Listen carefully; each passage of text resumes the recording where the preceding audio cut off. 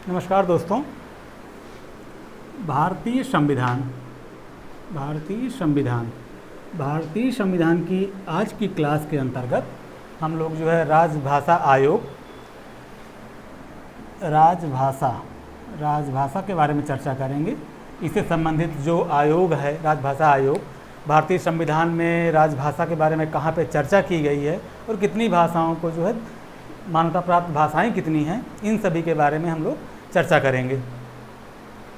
तो जैसा कि आप लोग जानते हैं कि भारत जो है, हमारे देश में बहुत सी भाषाएं बोली जाती हैं। भारत जो है वो बहुभाषी देश है, ठीक है। और जब देखा जाता है तो हमारे देश में लगभग 1650 से अधिक भाषाएं 1650 से अधिक भाषाएं हैं जो बोली जाती हैं, उनका प्रयोग किया जाता है। और इन लगभग 1650 भाषाओं में से लगभग 63 जो है गैर भारतीय भाषाएं हैं, ठीक है, जो यहाँ की नहीं हैं, गैर भारतीय भाषाएं हैं। अब जब हम भारतीय संविधान में देखते हैं तो भारतीय संविधान में एक भाग है, भाग 17, महत्वपूर्ण भाग है। इसको याद रखिएगा कि राजभाषा के बारे में चर्चा कहाँ पे की गई है, तो ये है भाग 17, ठीक है। भाग 17 में भी जो है अनुच्छेद 343, याद रखिएगा इसको, अनुच्छेद कितना 343 में जो है राजभाषा संबंधी जो है संवैधानिक प्रावधान किए गए हैं। तो भाग 17 में राजभाषा की बात की गई है, इसको याद रखिए।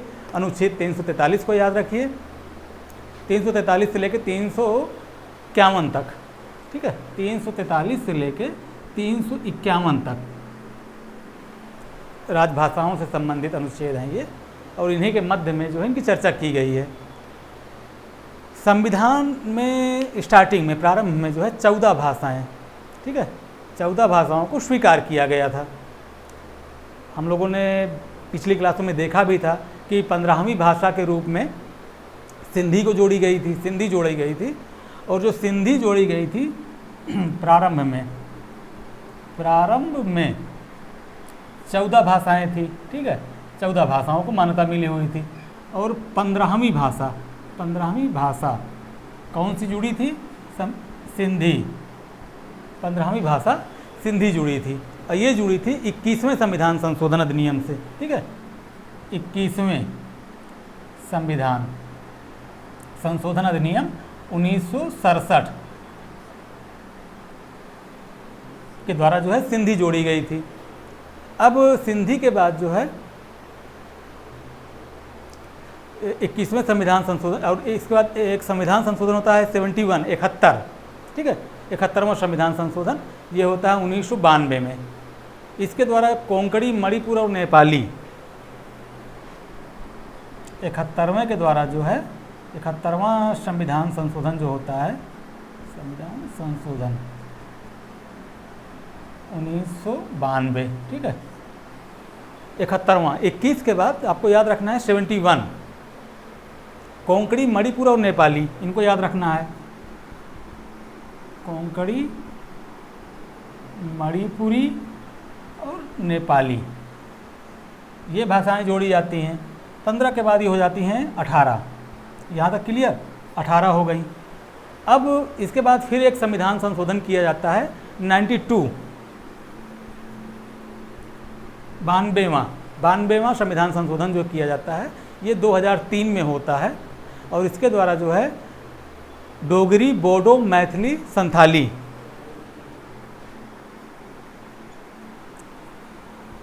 डोगरी, बोडो, मैथिली, संथाली, ये भाषाएं जो हैं जोड़ी जाती हैं, ठीक है, ये भाषाएं। तो टोटल हो जाती हैं 22 भाषाओं को जो है संविधान के द्वारा मान्यता मिली है। ये जो सभी भाषाएं हैं ये संविधान की 8वीं अनुसूची में जोड़ी गई हैं। जैसा कि आप जानते हैं कि 8वीं अनुसूची में 22 भाषाओं का उल्लेख है, तो 8वीं अनुसूची में जो है जोड़ी गई हैं। और जब देखते हैं तो देश में जो है लगभग 40% लोग जो है हिंदी ही बोलते हैं, क्योंकि भारत में एक बहुत बड़ी आबादी जो है हिंदी बोलने वालों की है, तो लगभग 40% लोग जो है हिंदी बोलते हैं। सभी प्रादेशिक भाषाओं में जो स्टेट वाइज भाषाएं हैं, हिंदी बोलने और समझने वालों की संख्या सबसे अधिक है। ठीक है, इसी वजह से जो है हिंदी को संघ की राजभाषा के रूप में मान्यता मिली हुई है। हिंदी को हिंदी संघ की राजभाषा, ठीक है, याद रखिए, राजभाषा के रूप में हिंदी को मान्यता मिली हुई है। हिंदी को संघ की राजभाषा के रूप में मान्यता मिली हुई है। और जो हिंदी की जिसकी लिपि है, वो लिपि कौन सी है? देवनागरी। देवनागरी लिपि जो है वो है देवनागरी, इसको भी याद रखना है। लिपि जो है देवनागरी है। वैसे जब हम देखते हैं तो संविधान द्वारा जो जब संविधान अंगीकृत किया गया था, तो संविधान जो है अंग्रेजी भाषा में था। ठीक है, मूल रूप से जब अंगीकृत किया गया संविधान, तो उस समय अंग्रेजी भाषा में था ये। और संविधान में जो अल्पसंख्यक हैं, ठीक है, अल्पसंख्यकों की, संविधान में जो अल्पसंख्यक हैं, तो अल्पसंख्यकों की जो भाषा की रक्षा का जो अधिकार है, वो संविधान किसे प्रदान करता है? वो संविधान प्रदान करता है राष्ट्रपति को। अल्पसंख्यकों की भाषा के रक्षा का अधिकार जो है वो राष्ट्रपति को प्रदान करता है संविधान। अब हम देखते हैं राजभाषा आयोग। राजभाषा आयोग, भाषा आयोग। अब यहाँ तक जो अभी हम लोगों ने देखा, तो यहाँ तक में प्रश्न हमको मिल जाते हैं। एक तो राजभाषा की चर्चा किस भाग में की गई है, ठीक है, उससे संबंधित अनुच्छेद कहाँ से कहाँ तक हैं, प्रारंभ में कितनी भाषाएं थी, ठीक है, कौन कौन सी भाषा कब जुड़ी, वर्तमान में कितनी भाषाएं हैं, ठीक है, और संघ की राजभाषा क्या है, और लिपि क्या है, और प्रारंभ में जब संविधान अंगीकृत किया गया था, यानी अपनाया गया था, तो उस समय संविधान की भाषा क्या थी। अब हम देखते हैं राजभाषा आयोग। संविधान को जो आर्टिकल है 344, 344, संविधान का जो आर्टिकल 344 है, इसमें कहा गया है, इसके अनुसार जो है राष्ट्रपति द्वारा राजभाषा से संबंधित कुछ विषयों के संदर्भ में सलाह देने के लिए एक आयोग और एक समिति की नियुक्ति का उपबंध किया गया है। ये बात कहाँ पे कही जा रही है? ये बात कही जा रही है अनुच्छेद 344 में, कि 344 के अनुसार जो है राष्ट्रपति द्वारा राजभाषा से संबंधित कुछ विषयों के संदर्भ में सलाह देने के लिए एक आयोग और एक समिति की नियुक्ति का उपबंध है। अब राजभाषा आयोग का गठन जो है वो संविधान के प्रारंभ से 5 वर्ष की समाप्ति पर और उसके बाद प्रत्येक 10 वर्ष की समाप्ति पर करने की व्यवस्था है, कि मतलब ये जो है पहले 5 वर्ष, उसके बाद जो है हर 10 वर्ष पे गठित किया जाएगा। अब जब हम देखते हैं सर्वप्रथम, ठीक है, सर्वप्रथम जो राजभाषा आयोग था वो कब बना था? 1955 में। याद रखिएगा, सर्वप्रथम जो ये राजभाषा आयोग है ये बना था 1955 में। महत्वपूर्ण सन है कि कब बना था सर्वप्रथम राजभाषा आयोग। 1955 में नियुक्त किया गया था। इसका संसद ने जो है राजभाषा अधिनियम 1963 पास करती है। संविधान में जो 22 भाषाएं हैं, ठीक है, उनमें असमिया, मराठी, बंगला, नेपाली, गुजराती, ठीक है, उड़िया, हिंदी, पंजाबी, कन्नड़, संस्कृत, कश्मीरी, सिंधी, और सिंधी के बाद कोंकणी, तमिल, मलयालम, तेलुगु, मणिपुरी, उर्दू, बोडो, डोगरी, मैथिली, संथाली, इतनी भाषाएं हैं, ठीक है, 8वीं अनुसूची में जो शामिल हैं, यानी कि जो 22 भाषाएं हैं। यहाँ पे भी प्रश्न बनाया करता है कि निम्न में से कौन सी भाषा जो है 8वीं अनुसूची में शामिल नहीं है। तो इन भाषाओं को आपको 2 या 3 बार देखनी है। ये जो 22 भाषाएं हैं तो ये लगभग सही रहेंगे, और परीक्षा में जब भी पूछेगा कि इनमें से कौन सी भाषा 8वीं अनुसूची में शामिल नहीं है, तो आप सही मारेंगे, वहाँ पे गलत नहीं होगी आपका ये। अब राजभाषा के बाद बात आती है क्षेत्रीय भाषा की, ठीक है। क्षेत्रीय भाषाएं किसको कहेंगे? क्षेत्रीय भाषाएं जो हैं वो भारत सरकार ने जो है किसी भी भाषा को, शास्त्रीय भाषाएं थी, क्षेत्रीय भाषाएं तो क्षेत्रीय स्तर पे ही होंगी, क्षेत्रीय भाषाएं क्षेत्रीय स्तर पे ही बोली जाती हैं।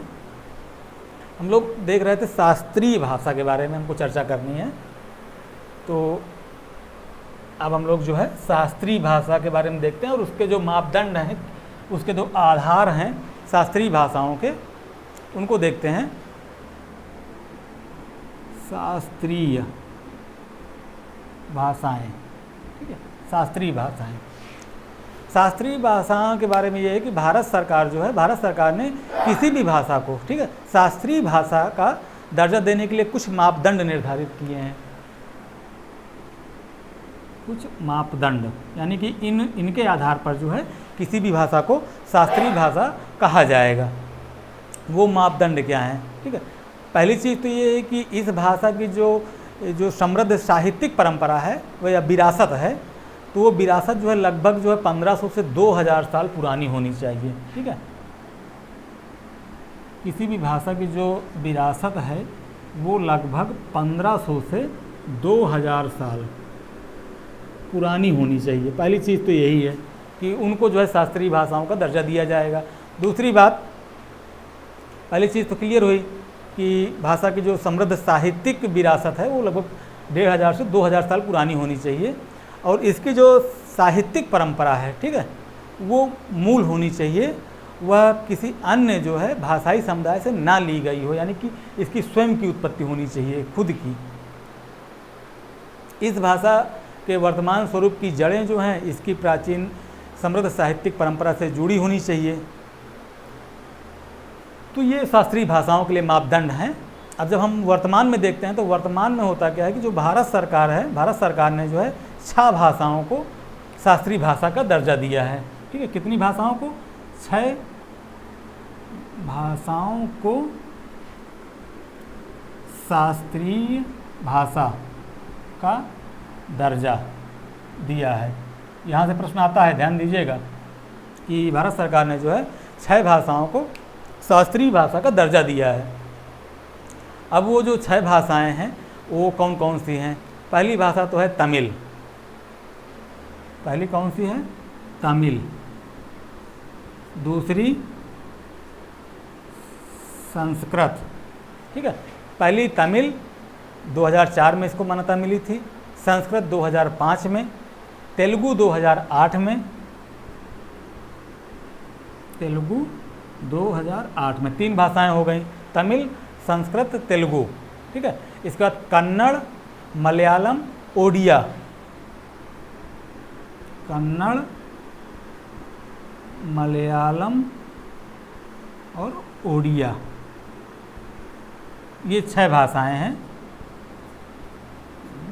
4, 5, 6, ये 6 भाषाएं हैं जिनको जो है भारत में जो है शास्त्रीय भाषा का दर्जा मिला हुआ है। और शास्त्रीय भाषा का दर्जा प्राप्त करने के लिए जो मापदंड थे कि इसकी जो विरासत है वो लगभग एक समृद्ध विरासत होनी चाहिए, ठीक है। इसकी उत्पत्ति अपने मूल स्रोतों से होनी चाहिए, 1500 से लगभग 2000 साल पुरानी होनी चाहिए। इन सभी आधारों पर जो 6 भाषाओं को भारत सरकार ने जो है शास्त्रीय भाषा का दर्जा दिया है। अब 6 भाषाएं कौन कौन सी हैं इनको हमने देखा है।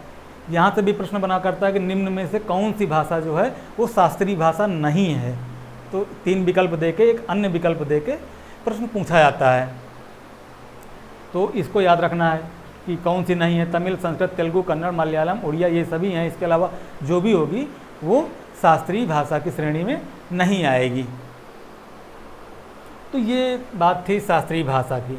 हम लोगों ने राजभाषा के बारे में चर्चा की, शास्त्रीय भाषाओं के बारे में चर्चा की, ठीक है। भारत में कितनी भाषाओं को शास्त्रीय भाषा का दर्जा मिला है इसको हम लोगों ने देखा।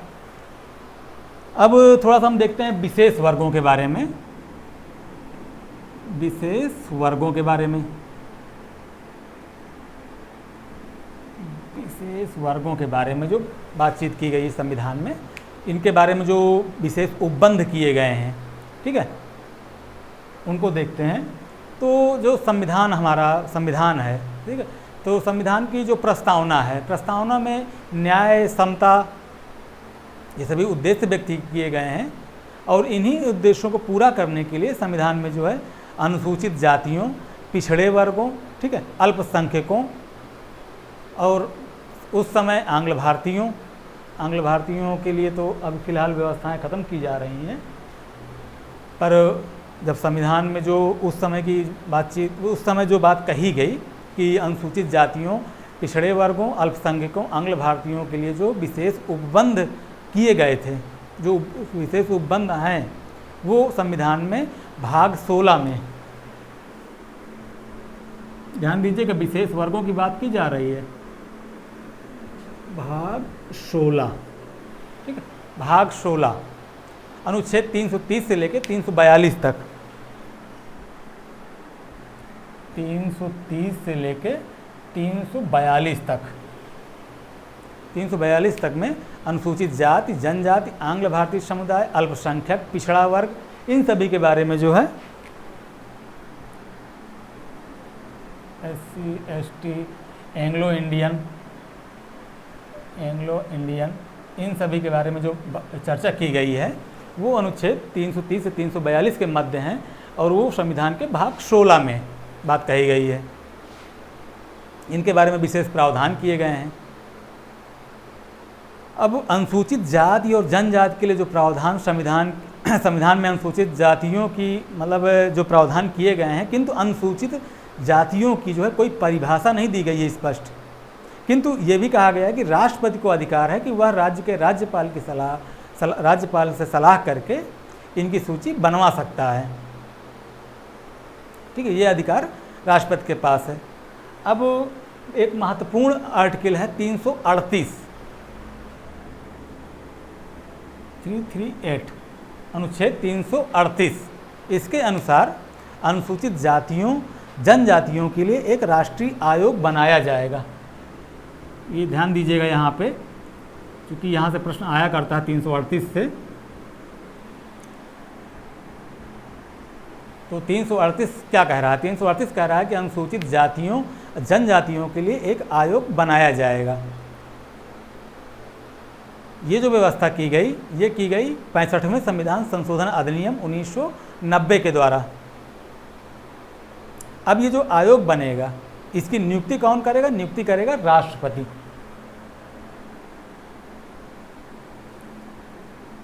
नियुक्ति जो है कौन करेगा?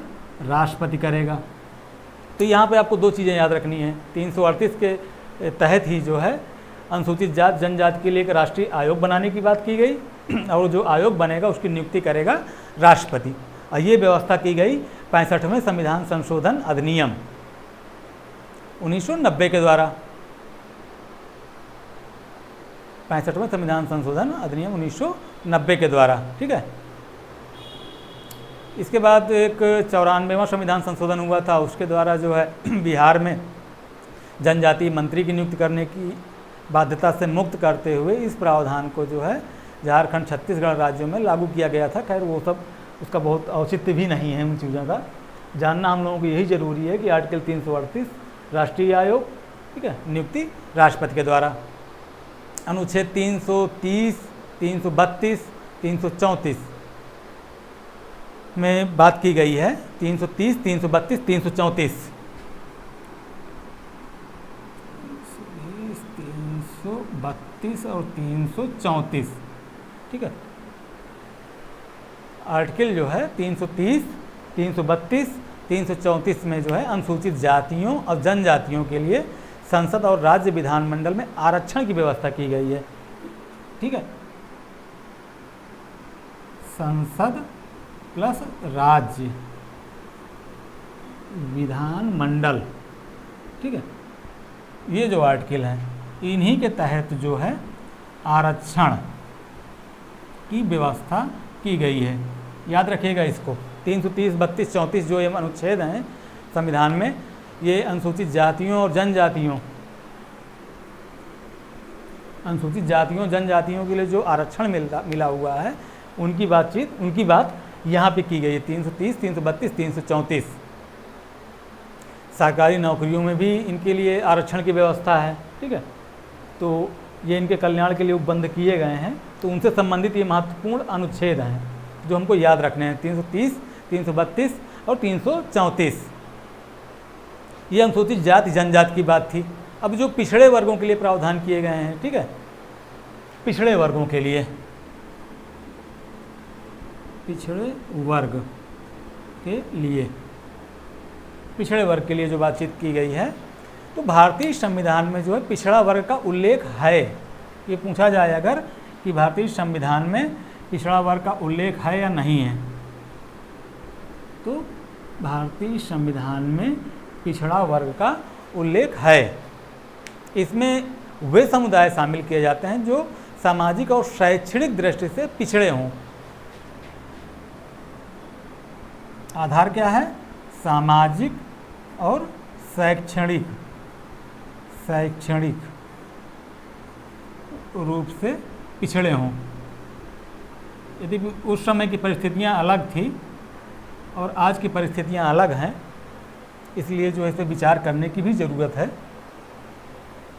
किंतु हम लोग संविधान को देख रहे हैं, वहाँ पे जो व्यवस्थाएं की गई उन अनुच्छेदों को देख रहे हैं, तो ये जानना हमारे लिए ये ज़रूरी है कि संविधान में जो है पिछड़ा वर्ग का जो है इसका उल्लेख किया गया है, और पिछड़ा वर्ग किनको माना जाएगा इसके बारे में भी बातचीत की गई है। तो जो कहा गया कि जो सामाजिक और शैक्षणिक रूप से पिछड़े हैं वो पिछड़े वर्ग में शामिल होंगे, और सामाजिक और शैक्षणिक पिछड़ेपन का जो निर्धारण करेगा वो केंद्र और राज्य सरकारों द्वारा किया जाता है।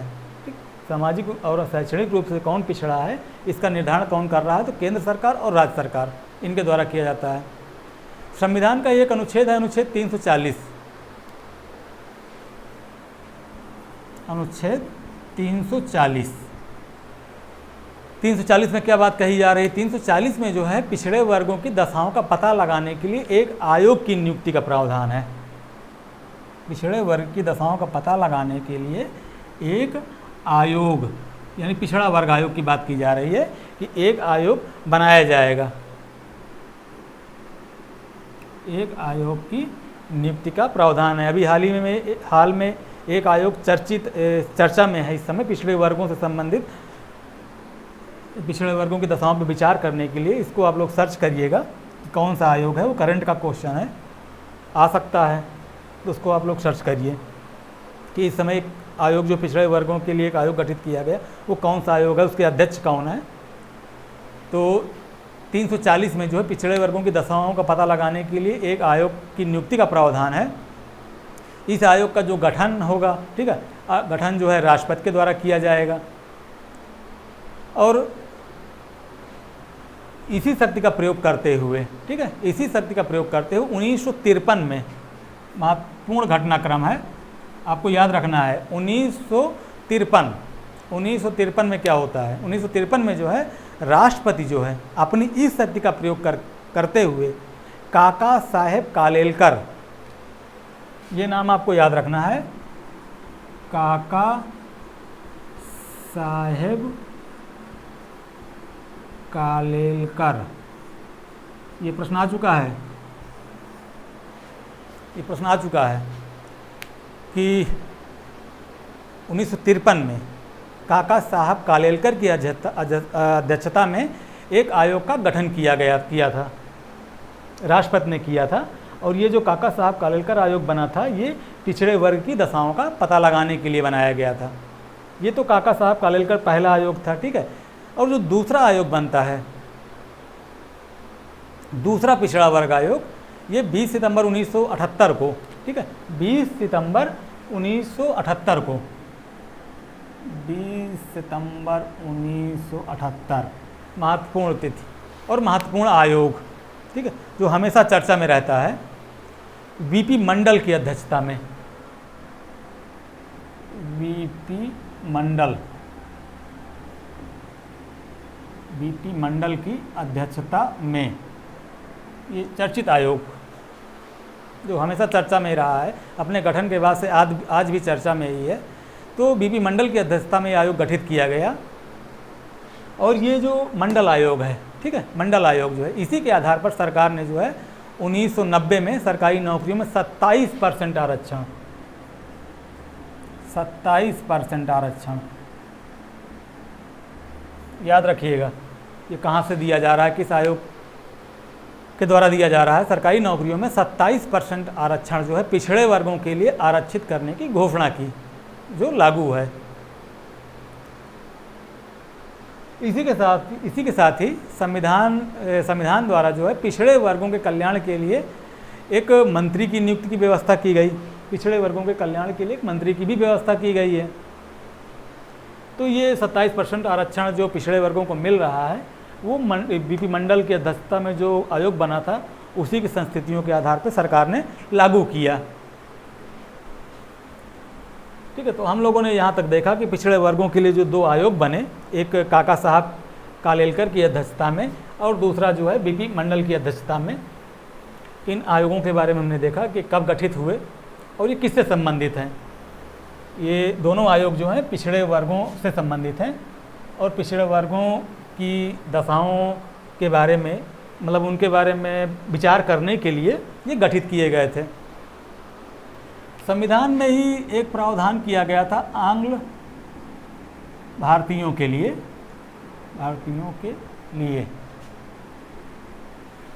आंग्ल भारतीयों के लिए। ठीक है, तो ये संविधान में किया गया था अनुच्छेद 331 और 333। ये पूछा जा सकता है क्योंकि इस समय चर्चा में भी रहा है आंग्ल भारतीयों का मुद्दा। और ये जो इस समय हमारे वर्तमान में जो आंग्ल भारतीय हैं, ये आखिरी आंग्ल भारतीय होंगे। इसके बाद से इनकी नियुक्ति नहीं की जाएगी आंग्ल भारतीयों के लिए, क्योंकि सरकार ने विचार किया और सरकार ने जब जांच की तो ये हुआ कि इनकी संख्या बहुत कम है और इनकी आवश्यकता नहीं है। पर उस समय इनकी संख्या थी, इसीलिए इनके लिए प्रावधान किए गए थे। तो संविधान में अनुच्छेद 331 और अनुच्छेद 331 में लोकसभा और 333 में राज्यों की विधानसभा, याद रखिएगा, लोकसभा और 333 में राज्यों की विधानसभाओं में आंग्ल भारतीय समुदाय के प्रतिनिधित्व का प्रावधान किया गया था। ठीक है, 331 में लोकसभा के लिए और 333 में राज्यों की विधानसभा के लिए आंग्ल भारतीय समुदाय के प्रतिनिधित्व का प्रावधान किया गया था। 331 जो है इसमें यह है कि संसद में आंग्ल भारतीय समुदाय का समुचित प्रतिनिधित्व नहीं होने पर कहा जा रहा है कि राष्ट्रपति इस समुदाय के 2 सदस्यों को लोकसभा में मनोनीत करता है। ठीक है, राष्ट्रपति 2 सदस्यों को मनोनीत करता है। ये प्रश्न बहुत बार आया था कि राष्ट्रपति जो है लोकसभा में कितने आंग्ल भारतीयों को मनोनीत कर सकता है। ये बहुत बार ये प्रश्न आ चुका है। तो 2 सदस्यों को लोकसभा में राष्ट्रपति मनोनीत करता है। और 333 के अनुसार राज्य की विधानसभा के संबंध में राज्यपाल को जो है इसी प्रकार की शक्ति मिली हुई है। तो याद रखना है 331 और 333। अब अल्पसंख्यकों के लिए जो प्रावधान है, ठीक है, वो संविधान में भाषाई और धार्मिक अल्पसंख्यक, मतलब संविधान में क्या उल्लेख किया गया कि भाषाई और धार्मिक अल्पसंख्यक, ठीक है, इनके बारे में चर्चा की गई है। अल्पसंख्यकों के लिए प्रावधान जो है संविधान में भाषाई और धार्मिक अल्पसंख्यकों का उल्लेख है। और संविधान के भाग 3 के अनुच्छेद 29 और 30 ये भी महत्वपूर्ण अनुच्छेद हैं। आर्टिकल 29 और आर्टिकल 30, यानी कि जब हम इनको फंडामेंटल राइट, मौलिक अधिकार जब देखे थे, वहाँ पे हम लोग अनुच्छेद 29 और 30 को देखा था। इनमें अल्पसंख्यकों के लिए जो है कुछ प्रावधान किए गए हैं। तो ये मतलब अनुच्छेद जो हैं अल्पसंख्यकों से संबंधित हैं। ये हमको याद रखना है कि ये जो है अनुच्छेद अल्पसंख्यकों से संबंधित हैं। 29 और 30 संविधान का जो 126वां संशोधन हुआ है, ठीक है, ये 2019 में हुआ। 2019 में लोकसभा में पेश किया गया संविधान का 126वां संविधान संशोधन पेश किया गया। और ये उन प्रावधानों को रद्द करता है जिन्होंने लोकसभा में, मतलब ये एंग्लो इंडियन की नियुक्ति का प्रावधान किया था। तो 126, ठीक है, ये इसको रद्द करने की बात कर रहा है। 331 की बात कर रहा है कि जो ये लोकसभा में दो व्यक्तियों को मनोनीत करता था राष्ट्रपति, तो उसको समाप्त करने के लिए ये लाया गया। कौन सा 126वां संविधान संशोधन 2019 में। और इसी विधेयक में यानी 126वें में ही अनुसूचित जाति और अनुसूचित जनजाति SC ST के आरक्षण को जो है 10 वर्ष के लिए बढ़ा दिया गया। अनुसूचित जाति और अनुसूचित जनजाति का जो आरक्षण है वो 10 वर्ष के लिए बढ़ा दिया गया। मतलब एक प्रावधान तो समाप्त करने की बात की गई, दूसरे में किया गया कि जो अनुसूचित जाति जनजाति हैं जो इनको आरक्षण मिला हुआ है वो 10 साल के लिए बढ़ाया जाए। तो लोकसभा और विधानसभा में इन श्रेणियों के लिए आरक्षण जो है 25 जनवरी 2020 को जो है समाप्त हो रहा था, इसी वजह से ये लाया गया और इसके द्वारा जो है 10 साल के लिए इनकी समय सीमा को और बढ़ा दिया गया। इसी एक चीज़ और है यहाँ पे कि राष्ट्रीय अल्पसंख्यक अधिनियम जो है 1992 में, राष्ट्रीय अल्पसंख्यक अधिनियम 1992 के द्वारा जो है एक आयोग को गठित करने का प्रावधान किया गया था अल्पसंख्यकों के लिए। और ये जो आयोग बनेगा ये अल्पसंख्यकों के हितों की, इसका जो उद्देश्य होगा अल्पसंख्यकों के हितों की सुरक्षा करना, ठीक है, और इसके बारे में सलाह देना राष्ट्रीय अल्पसंख्यक आयोग का काम है।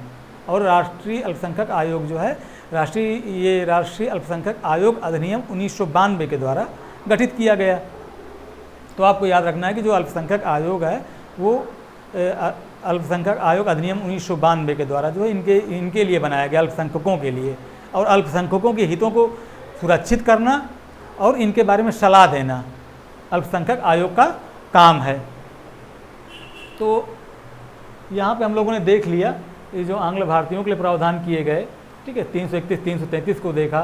संविधान का जो 126वां संविधान संशोधन विधेयक 2019 है उसके प्रावधानों को देखा कि SC ST अनुसूचित जाति जनजाति के आरक्षण को 10 वर्ष के लिए बढ़ा दिया गया। और जो एंग्लो इंडियन है, ठीक है, 2 लोकसभा में उनको समाप्त करने की बात कही गई। तो लगभग चीज़ों को हम लोगों ने देख लिया यहाँ पे, और इससे आगे की चर्चाएँ जो है हम लोग अगले क्लास में करेंगे। Thank you.